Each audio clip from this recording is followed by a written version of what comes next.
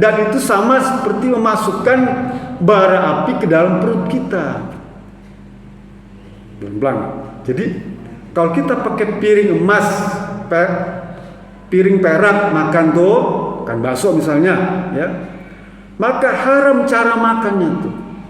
Tapi kalau kemudian dipindahkan bakso itu ke mangkuk biasa, paham ya, pelan-pelan. Kita pindahkan bakso nasi tadi ke piring biasa atau mangkuk biasa, maka makanan itu jadi halal. Ulang ini. Kalau kita makan minum menggunakan piring atau gelas dari perak atau emas, haram proses makan minumnya tuh. Tapi kemudian kita pindahkan tuh makanan yang sama tuh ke piring biasa. Kita pindahkan minuman Coca-Cola itu ya ke gelas biasa. Maka yang tadinya haram berubah jadi halal pada zat yang sama. Ini hukum fikih itu begitu. Ya. Jadi kalau kita belajar Islam jadi tahu. Jadi ya, yang haram itu cara makannya. Bukan bendanya, ya. Assalamualaikum warahmatullahi wabarakatuh.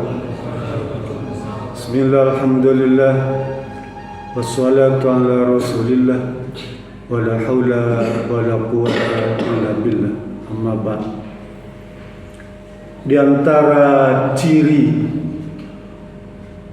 orang beriman yang dicintai oleh Allah dan Rasul-Nya adalah mengikuti apa yang menjadi sunnah Nabi Muhammad SAW. Di antara sunnah yang diajarkan kepada umatnya dari Rasulullah SAW adalah bagaimana mengisi kehidupan ini yang aktivitas kita paling banyak, maka di sana Islam akan memberikan tuntunan. Kita sholat cuma 5 menit selesai, Allah beri tuntunan tata cara ibadahnya, karena memang kita disuruh beribadah, tugas kita. Jadi seluruh rangkaian hidup kita ini harus bermuatan nilai-nilai ibadah. Ke kamar mandi, tuh ke toilet, itu bisa jadi ibadah, padahal hanya cuma beberapa menit saja tuh, ya. Sekarang kutip satu hadis yang diriwayatkan oleh Ummu Salamah. Hadis ini bisa Bapak jumpai di Sahih Bukhari dan Muslim, muttafaqun alaih. Kata Ummu Salamah, Rasul berkata, alladzi yashrabu fi aniyatil fiddah innama yujarjiru fi batni naro jahannam. Tafaqna. Artinya begini, orang-orang yang minum, ya, atau makan dari piring atau cawan perak tuh, maka itu sesungguhnya dia sedang mengisi perutnya dengan api. Perak loh. Sekarang kan lagi tren nih, Pak. Orang-orang kafir tuh, orang-orang kaya, orang hedonis, orang-orang yang elit-elit gitu, mereka suka bikin pesta-pesta makan, minum tuh dengan menggunakan perlengkapan makan yang glamor, ya, yang hebat, dan celakanya ditiru oleh orang-orang kaum proletar, orang-orang rendahan, ikut-ikutan ya, niru gaya orang-orang hedonis, orang-orang kaya tuh, ya, makan dari pakai piring emas tuh, minum pakai gelas emas tuh, mereka lakukan itu. Di antara kita banyak yang melakukan itu. Bahkan di antara yang pesta-pesta itu orang-orang Islam semua ternyata. Ya. Lalu mungkin gak agama Islam yang agung tidak menuntun cara makan? Gak mungkin. Orang makan itu Pak, paling cepat 15 menit ya, makan. Setengah jam bahkan 1 jam Bapak nongkrong di rumah makan itu atau di rumah itu. Artinya apa? Kalau kita 3 kali sehari makan, Belum termasuk yang cemilan ya. Cemilan 10, 11 tuh lebih lama. Yang makan resmi 3 kali itu lama waktunya. Ya. Orang sholat cuma 5 menit selesai. Makan berjam-jam. Ya, senang apalagi makannya enak. Ada pergi resepsi itu. Berapa jam gitu? 2 jam paling nggak nongkrong di meja di hadapan makanan. Artinya apa? Ternyata hidup kita banyak diisi dengan kegiatan aktivitas makan. Agama yang agung Islam nih Pak, agama yang sempurna nih, tidak mungkin tidak mengatur bagaimana tata cara makan. Begitu ya? Kan seluruh rangkaian hidup kita nih ibadah. Artinya apa? Kalau Islam itu akan mengatur makan itu bisa bernilai ibadah. Nah gitu ya. Oleh karena itu jangan sia-siakan. Jangan abaikan untuk kesempatan kita makan itu harus bernilai ibadah. Dengan apa? Dengan mempelajari tuntunannya. Dalam hadis Bukhari Muslim lagi,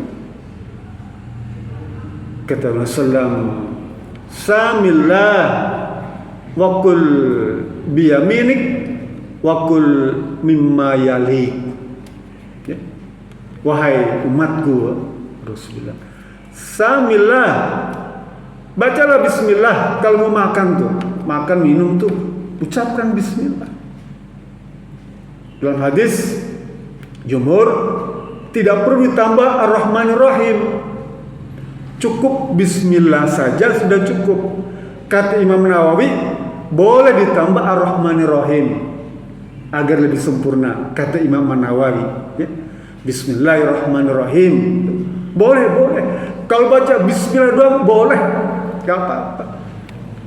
Ambil gelas tuh, bismillah, udah cukup. Oh itu lebih hebat ya, karena hadisnya kuat ya, hadisnya kuat, banyak hadisnya tentang cukup mengucapkan bismillah saja.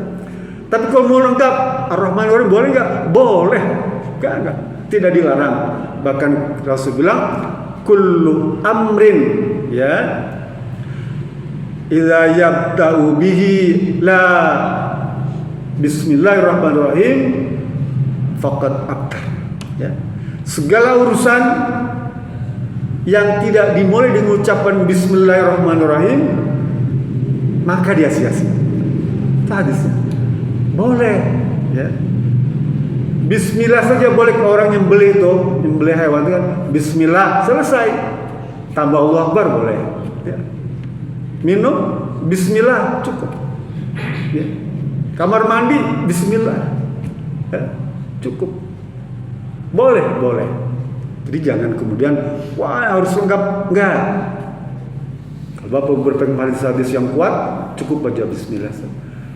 Untuk membiasakan diri, takut nanti kebiasaan enggak pakai ar-Rahmanir-Rahim, baca bismillahirrahmanirrahim, makan, minum.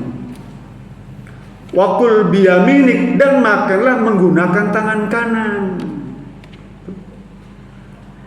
Saya biasa tangan kiri, dilatih harus pakai tangan kanan ya. Kidal iya dilatih pakai tangan kanan ya. Dulu ada di zaman Nabi nih Pak, ada seorang anak muda ya, makan sebelah Nabi pakai tangan kanan, sahabat pakai tangan kanan, dia pakai tangan kiri. Rasul bilang kul biyaminik, makan pakai tangan kanan. Dia bilang nggak bisa ya Rasulullah, sudah tidak biasa. Makanlah tangan kanan. Sampai 3 kali suruh makan, coba dilatih pakai tangan kanan. Dia nggak mau juga tuh. Rasul bilang, kamu nggak takut tangan kamu nggak bisa bergerak? Betul Pak. Ya. Tangan kirinya nggak bisa bergerak, terpaksa harus menggunakan tangan kanan. Coba tuh. Ilmu Pak. Sunnah Nabi nih ya. Rasul bilang, kamu suruh pakai tangan kanan nggak mau menolak nih ya. Nanti kalau tangan kamu nggak bisa gerak gimana? Nah, betul nggak bisa bergerak. Tuh. Jadi kita dituntun oleh Nabi ini supaya bagus. Untuk pekerjaan, perbuatan, amalan yang bagus-bagus, yang baik-baik tuh gunakan selalu tangan kanan. Ya. Apa itu? Berzikir. Yang dikira berzikir itu ya, itu amalan bagus. Jangan biasakan pakai tangan kiri, ya. Wah, udah terbiasa kiri pegang tas, pegang ceker, pegang tangan kiri. Iya, itu nggak boleh, ya. Nabi mengajarkan seluruh perbuatan baik itu menggunakan tangan kanan. Nah, gitu ya. Ngasih ke orang tua pakai tangan kanan, salaman pakai tangan kanan, membantu anak ngasih uang ke anak jajan pakai tangan kanan. Yang bagus-bagus itu yang baik gunakan tangan kanan. Ya, biasakan itu, Pak. Sekalipun mungkin kita ingin melatih tangan kiri, ya, pekerjaan tangan kiri lebih banyak lagi. Yang pekerjaan kotor-kotor tuh, yang jelek-jelek, yang kita jijik, ya, pakai tangan kiri. Ngambil bangkai tikus pakai tangan kiri, ya. Susah, ya Pak. Udah, coba belajar pakai tangan kiri, ngambil bangkai tikus, begitu ya. Bersihin kotoran kucing, tuh, kalau bapak punya kucing, kotoran burung tuh. Latih pakai tangan kiri, ya, dilatih. Ini tuntunan Rasulullah. Kalau kita ingin disebut, ya, umat Nabi Muhammad, ikuti teladan. Ini kan amalan sederhana, Pak, yang biasa kita kerjakan, ya. Yang kita sehari-hari mengerjakan tuh, praktekkan. Ya mungkin kalau kita pengen berpikir amal yang besar-besar boleh. Kenapa nggak yang kecil-kecil kita coba teladani itu? Yang ringan-ringan, ya. Yang ringan kita kerjakan. Pahalanya sama besar. Apa? Ketaatan pada Allah dan Rasul. Yang ketiga, wa mimma yalik. Kalau makan bareng tuh, Pak, ya. Makan bareng tuh, jangan main serobot ke tengah, gitu ya. Ambil yang dekat-dekat, kan, yang dekat-dekat tuh makan kita. Ini adab, Pak. Adab. Bahkan makan sendiri pun diajarkan ya dari pinggir gitu ya, terus ke tengah, gitu. Pinggir kanan, pinggir kiri boleh. Kalau makan bersama, tuh kata Imam Ahmad, orang Islam itu dituntun dengan 4 sehat. Kalau gitu kan 4 sehat itu beda. Ini versi Islam beda, Pak. Ini Imam Ahmad. Dibilang Islam itu dituntut kalau makan 4 sehat. Apa? Yang pertama, makanannya halal. Baik zatnya maupun prosesnya pun cara penyajiannya dia harus halal. Yang pertama dia. Yang kedua, sebelum makan baca bismillah. Ya? Bismillah. Yang ketiga, selesai makan baca alhamdulillah. Yang keempat, makan berjamaah. Bareng-bareng tuh, botram, gitu ya. Kita ngopi bareng-bareng di sini ya. Hari Minggu tuh makan bakso bareng-bareng, makan bubur bareng. Itu 4 sehat, tambah 5 sempurnanya ikhlas dan ridho Allah. 4 sehat 5 sempurna. Versi Islam. Jadi kira Islam mengajarkan, Pak, ini luar biasa. Lalu kata Rasulullah SAW dalam hadis lain, la tashrabu fi aniyatiz zahabi wal fiddati wa la ta'kulu fi sihafiha, muttafaqun alaih. Terus bilang, wahai umatku, janganlah kalian sekali-kali makan minum dari piring atau cawan yang terbuat dari emas atau perak, dan jangan menggunakan piring atau cawan emas tuh atau perak untuk makan dan minum. Dilarang keras, Pak. Artinya apa? Hukumnya haram. Sekalipun itu barang mewah, emas perak itu barang mewah. Kalau kita gunakan itu untuk makan minum, maka haram. Ya. Haram cara makannya tuh, bukan bendanya ya. Haram cara makannya itu haram. Dan itu sama seperti memasukkan bara api ke dalam perut kita. Belang. Jadi kalau kita pakai piring emas, piring perak makan tuh, kan bakso misalnya, ya, maka haram cara makannya tuh. Tapi kalau kemudian dipindahkan bakso itu ke mangkuk biasa, paham ya, pelan-pelan. Kita pindahkan bakso nasi tadi ke piring biasa atau mangkok biasa, maka makanan itu jadi halal. Ulang ini. Kalau kita makan minum menggunakan piring atau gelas dari perak atau emas, haram proses makan minumnya tuh. Tapi kemudian kita pindahkan tuh makanan yang sama tuh ke piring biasa. Kita pindahkan minuman Coca-Cola itu ya ke gelas biasa.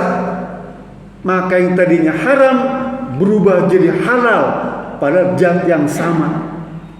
Ini hukum fikih itu begitu. Ya. Jadi kalau kita belajar Islam jadi tahu jadi yang haram itu cara makannya. Bukan bendanya, ya. Kemudian berikutnya Rasul ajarkan kepada kita, kalau makanan itu jatuh tuh. Ya. Jangan biarkan makanan itu dimakan oleh setan. Rasul bilang apa? Ambil, bersihkan yang kotor, ya, makan misalnya. Kalau misalnya nggak mungkin dibersihkan, dipotes saja yang jeleknya itu, ya, buang, sisanya makan.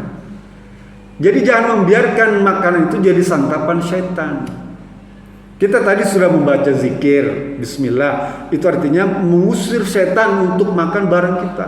Kalau ada makanan jatuh tuh, itu akan dimakan setan. Atau makanan sisa tuh ya di piring itu. Dulu kalau di kampung saya di Jawa tuh ya diajarkan nggak boleh ada sebutir nasi pun ya tertinggal tuh. Orang dulu ngajarinnya begitu. Nanti Dewi Sri nangis gitu. Itu saya kecil teringat terus tuh ya. Papa atau orang tua tuh nanti Dewi Sri nangis. Jangan kamu sisakan sebutir pun nasi ya, di piring itu. Dia habiskan. Takut ada yang menangisi. Sebenarnya ajaran orang tua dulu tuh mentafsirkan hadis ya. Diterjemahkan ke dalam bentuk kultural ya. Al-uruf namanya, kebiasaan di masyarakat ya. Ini ya kalau kita gali, oh ternyata betul ya.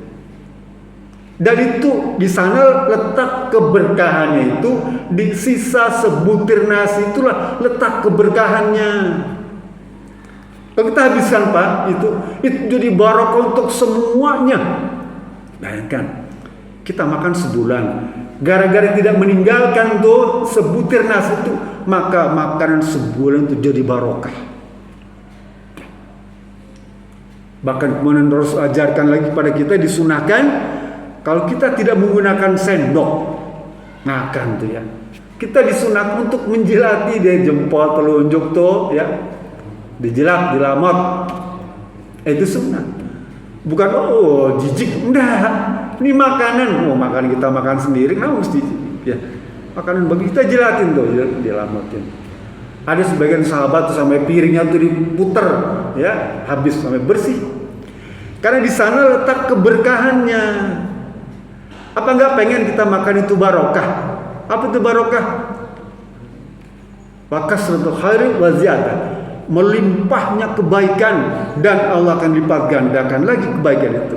Kalau makanan yang sebutir nasi itu yang nempel di piring atau di tangan, barokah.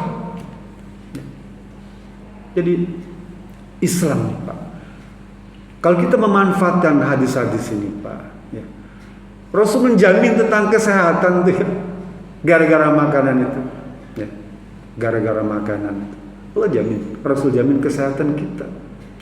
Rasul bilang makanlah sebelum kenyang, sebelum lapar, setelah lapar ya, dan berhenti makanlah sebelum kenyang ya. Itu tuntunan Nabi. Kenapa enggak? Bahkan Rasul ajarkan kalau maghrib itu di meja makan sudah ada makanan, di masjid sudah qomat ya, kita disunahkan makan dulu. Coba tuh ya. Artinya apa? Pentingnya ya tuntunan Nabi agar kita ini sholat tidak mikirin makan, suruh makan dulu ya, makan dulu. Itu udah qomat, gak apa-apa biarin aja. Rasul ngajarin begitu, makan dulu kalau sudah disiapkan di meja makan. Cuma kan kita pesan sama istri kita, nyiapin makanan jangan sebelum maghrib ya. Ntar sebelum maghrib kalau papa pulang dari masjid baru siapin makan gitu. Kenapa? Kagok soalnya kan, yang ini wajib ini sunnah, dua-dua bagus gitu ya. Sayang, ini nanti aja kalau pulang dari maghrib, pulang dari masjid, siapkan masak makanan itu di atas meja. Jangan sebelum maghrib itu mendorong Bapak untuk makan dulu. Dua-duanya dapat pahala. Artinya apa? Rasulullah SAW memberikan perhatian besar kepada perkara makan ini. Ya. Sehingga Islam memberikan kelonggaran, keleluasan, tuntunan agar kita makan bernilai ibadah. Mudah-mudahan Kisah Sabar ini bisa memberikan inspirasi dan ilmu yang bermanfaat, dan kita diberikan kemudahan untuk memahami dan mempraktekannya. Billahi sabilillah. Assalamualaikum warahmatullahi wabarakatuh.